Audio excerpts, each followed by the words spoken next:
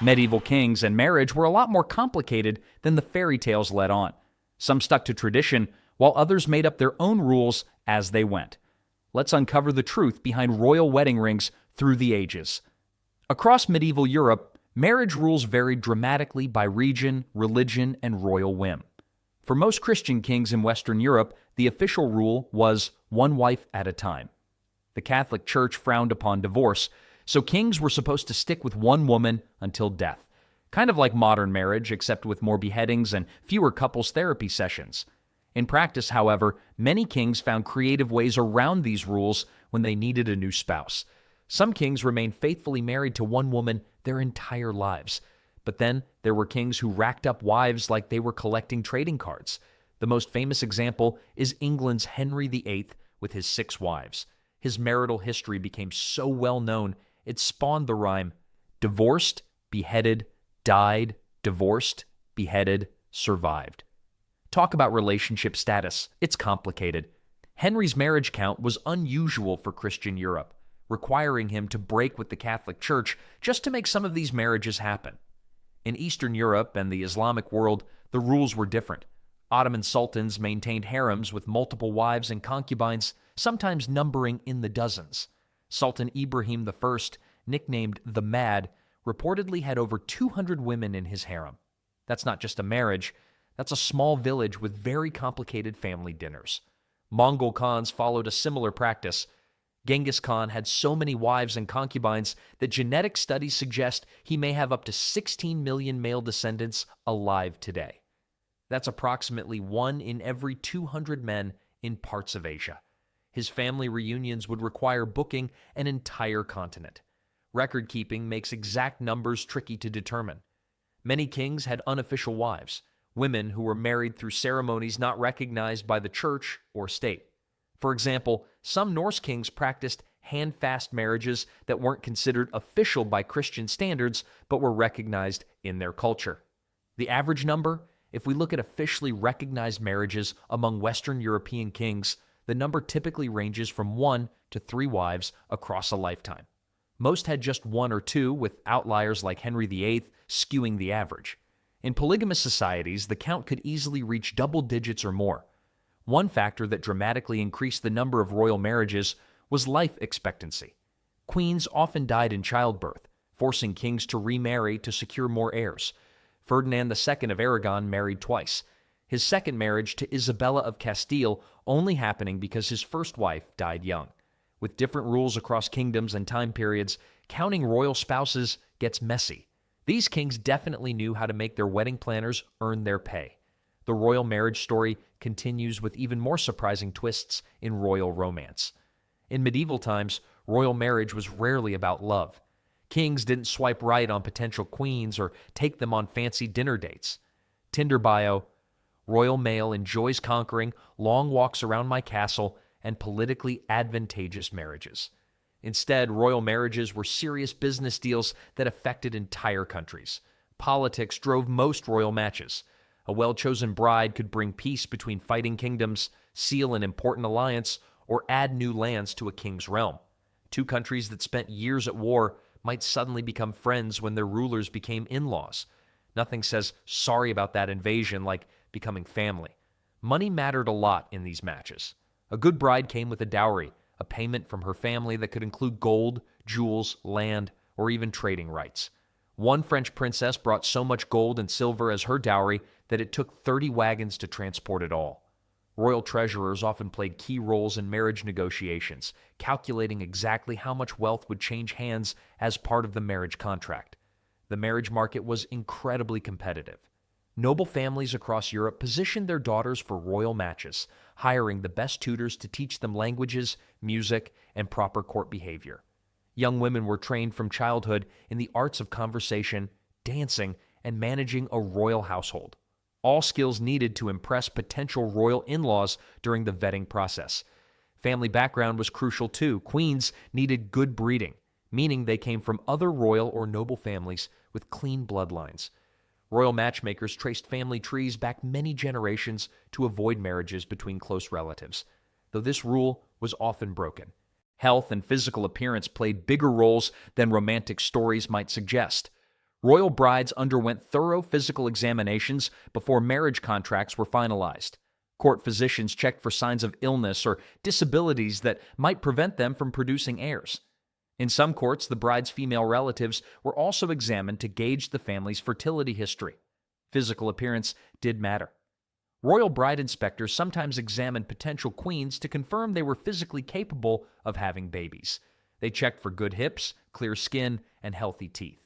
Medieval royal matchmaking makes modern dating apps seem downright romantic by comparison. Must-have childbearing hips wasn't just a preference, it was in the job description. Age was another important factor. Royal brides were typically much younger than their kingly husbands. A girl as young as 12 could be considered marriageable, though many royal marriages waited until the bride was 14 or 15. Kings, meanwhile, might be in their 30s, 40s, or even older when taking a young bride. The age gap was considered normal. It gave the royal couple more years to produce as many heirs as possible. Religion played a major role too. Catholic kings could only marry Catholic brides, while Protestant rulers needed Protestant spouses. Converting to a different faith for marriage was rare, but did happen. Religious differences often limited the pool of acceptable marriage candidates, forcing royal matchmakers to look further afield for suitable partners. The stakes were incredibly high. A bad marriage choice could lead to war, rebellion, or financial ruin. Medieval marriage counselors had to worry less about communication issues and more about preventing international conflicts. And speaking of heirs, royal nurseries were busy places in medieval castles. Having lots of children wasn't just a personal choice for kings, it was a political necessity and a matter of survival for their dynasties. More children, especially sons, meant more chances that the royal line would continue. The birth rate among royal families was much higher than what we see today. While the average medieval peasant family might have 5 or 6 children, royal families often doubled those numbers. One English king had 15 legitimate children, plus at least 6 more outside his marriage. The royal family budget for birthday presents must have been astronomical. Sons were particularly valuable because they could inherit the throne. Medieval child mortality rates were frighteningly high. About 1/3 of children died before age 5. Even royal children with the best care available couldn't escape these odds. The pressure to produce male heirs was so intense that queens who failed to deliver sons often found themselves pushed aside or divorced. When a king asked, "How many kids should we have?" the royal family planner always answered, "Yes." But having too many sons created its own problems. Brothers often fought each other for the throne after their father died. Some royal brothers went beyond simple fighting. They murdered each other to eliminate the competition. Family reunions at the royal palace must have been super awkward when everyone showed up wearing armor and carrying weapons. Daughters served a different but equally important purpose. They became valuable diplomatic tools through marriage alliances. A princess could secure peace with an enemy or strengthen ties with an important ally. By the time they were 12 or 13, most royal daughters were already married off to foreign princes or powerful nobles. Royal children often spent very little time with their parents. Shortly after birth, they were handed over to wet nurses, nannies, tutors, and other servants. A royal child might see their royal parents only once or twice a week for brief, formal visits. Illegitimate children, those born outside marriage, were common in royal households. While they couldn't inherit the throne, these children were often recognized by their royal fathers and given titles, wealth, and important positions. The record holder for royal children might be a Moroccan sultan who reportedly fathered 867 children with his various wives and concubines. The sultan probably never managed to learn all their names, much less remember their birthdays. With children scattered across the castle, countryside estates, and foreign courts, keeping track of the royal family tree became increasingly complicated. All these relatives needed places to live. Where did all these royal wives actually live? The living arrangements for medieval queens were as complex as the marriages themselves. Managing royal housing was like a weird game of musical chairs, except the losers got sent to convents instead of just sitting out. The main queen usually enjoyed the grandest accommodations possible. She typically resided in the royal palace within the capital city, often in a specially designed section called the Queen's Apartments. These quarters were lavishly decorated with the finest furniture, tapestries, and artwork available. Some queens even had their own throne rooms for receiving guests and conducting business. Space mattered a lot in medieval royal housing. The closer your rooms were to the king's chambers, the more important you were. The medieval version of real estate was all about location, and being able to knock on the king's door without walking through 7 courtyards first. No medieval queen ever said, "I wish my bedroom was farther from the throne room." Queens had surprisingly large staffs. A typical queen might have dozens of ladies-in-waiting, servants, guards, and officials dedicated solely to her household. One medieval English queen had over 200 people in her personal staff. Her private bathroom probably had more traffic than a modern highway. These staff members didn't just provide luxury, they were essential symbols of the queen's power and status. The size of a queen's quarters reflected her importance. Primary queens might have entire wings of the palace with multiple rooms for different functions: bedchambers, prayer rooms, dining halls, and even libraries. Queens who read were seen as especially cultured, though many royal women were better educated than their husbands. In polygamous courts like those in the Ottoman Empire or parts of Asia and Africa, housing arrangements became much more elaborate. Each wife typically had her own mini palace or set of rooms, complete with separate kitchens, baths, and gardens. Medieval architects specialized in designing spaces where multiple wives could avoid awkward hallway encounters with each other.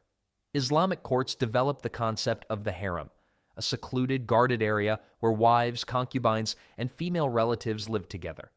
Contrary to popular myths, harems were not simply pleasure palaces, but complex households where women wielded significant power over daily palace operations. The harem in Topkapi Palace in Constantinople had hundreds of rooms and housed over 1,000 women at its peak. Secondary wives, or those who had fallen out of favor, often faced less glamorous housing situations. They might be placed in smaller palaces away from the capital, or even in distant castles far from the center of power. Being sent to the country estate was medieval code for the king is just not that into you anymore. These secondary residences might still be luxurious by common standards, but represented a significant drop in status. Convents served as handy housing for unwanted or divorced queens. When a king needed to get rid of a wife without the messiness of execution, sending her to a convent was a popular solution. Nothing says our relationship is over quite like forcing your ex to take a vow of silence.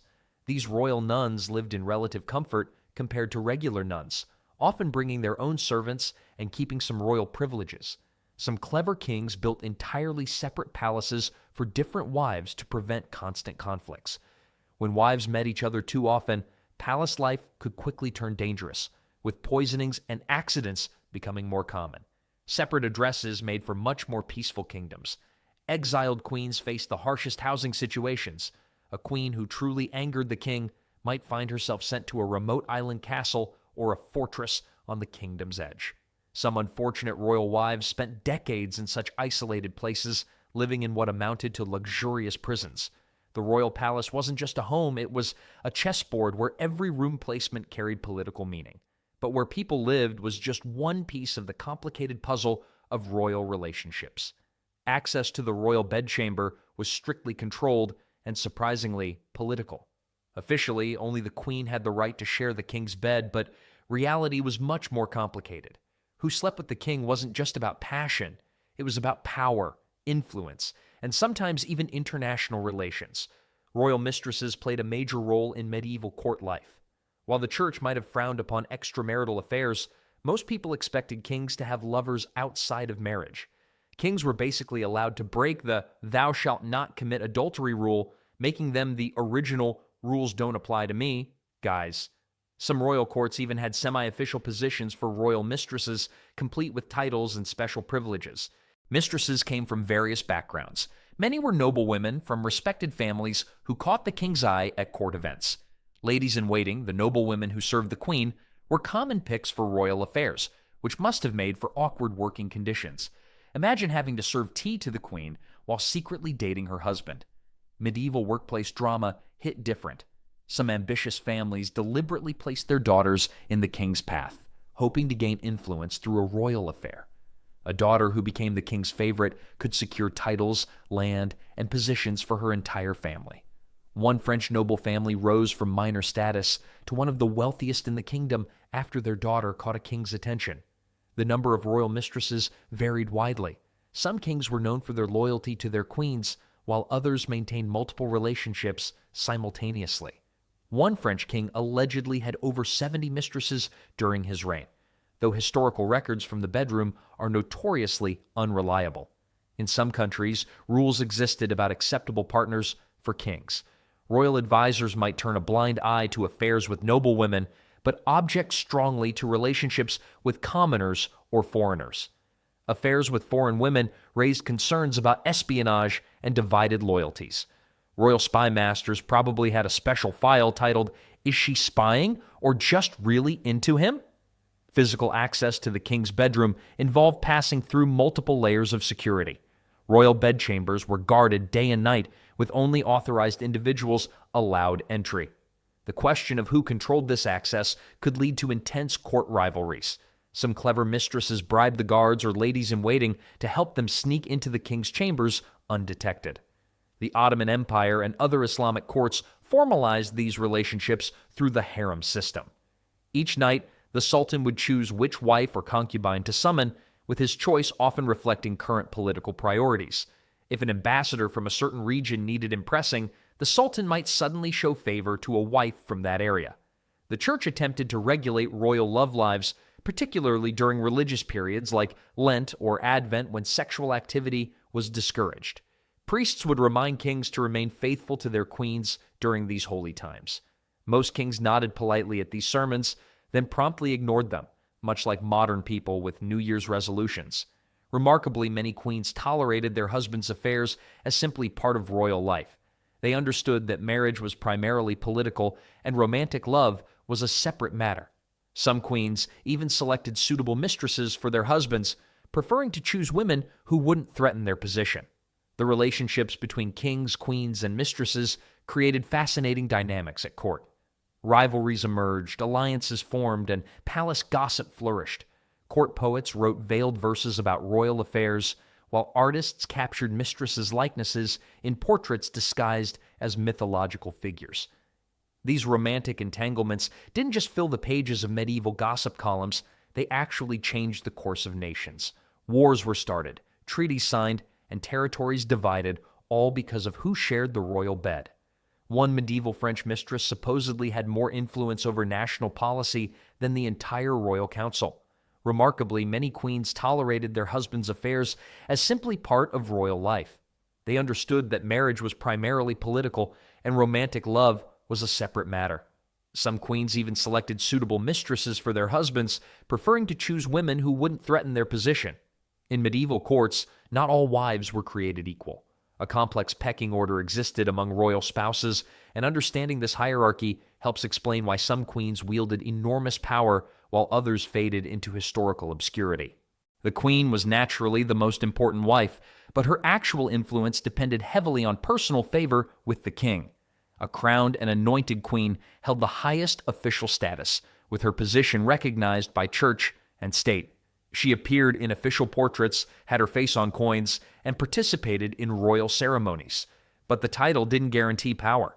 That came from the king's trust and affection. A queen who bore a male heir instantly gained security and influence.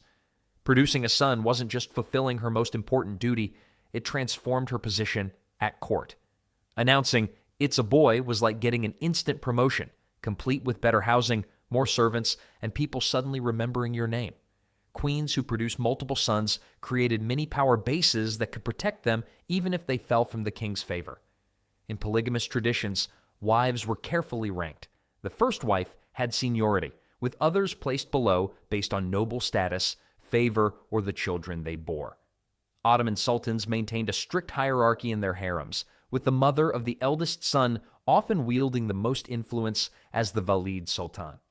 This position was so powerful that mothers sometimes orchestrated political schemes to ensure their sons reached the throne, which would elevate the mothers to this coveted status.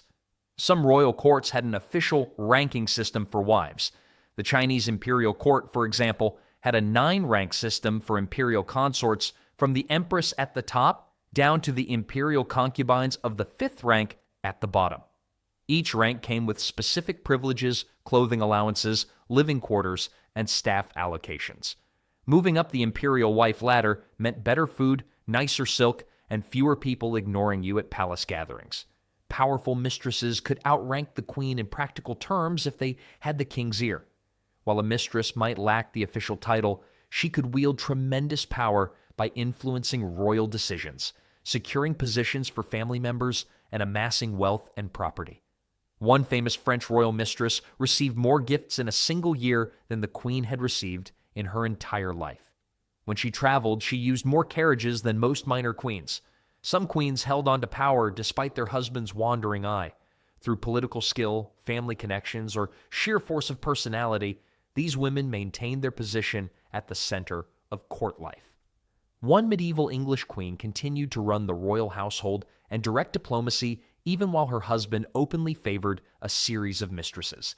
She recognized that mothering the future king gave her more lasting power than romantic favor. Rivalries among wives and mistresses could shape court politics, leading to factions, betrayals, and even succession wars. Court ladies would align themselves with either the queen or the favored mistress, creating competing centers of power within the palace. These female-led factions could determine who received royal appointments, which policies the king adopted, and even which foreign alliances were pursued. Age brought its own place in the hierarchy. Older queens who had survived the dangerous childbearing years often found a new role as royal matriarchs.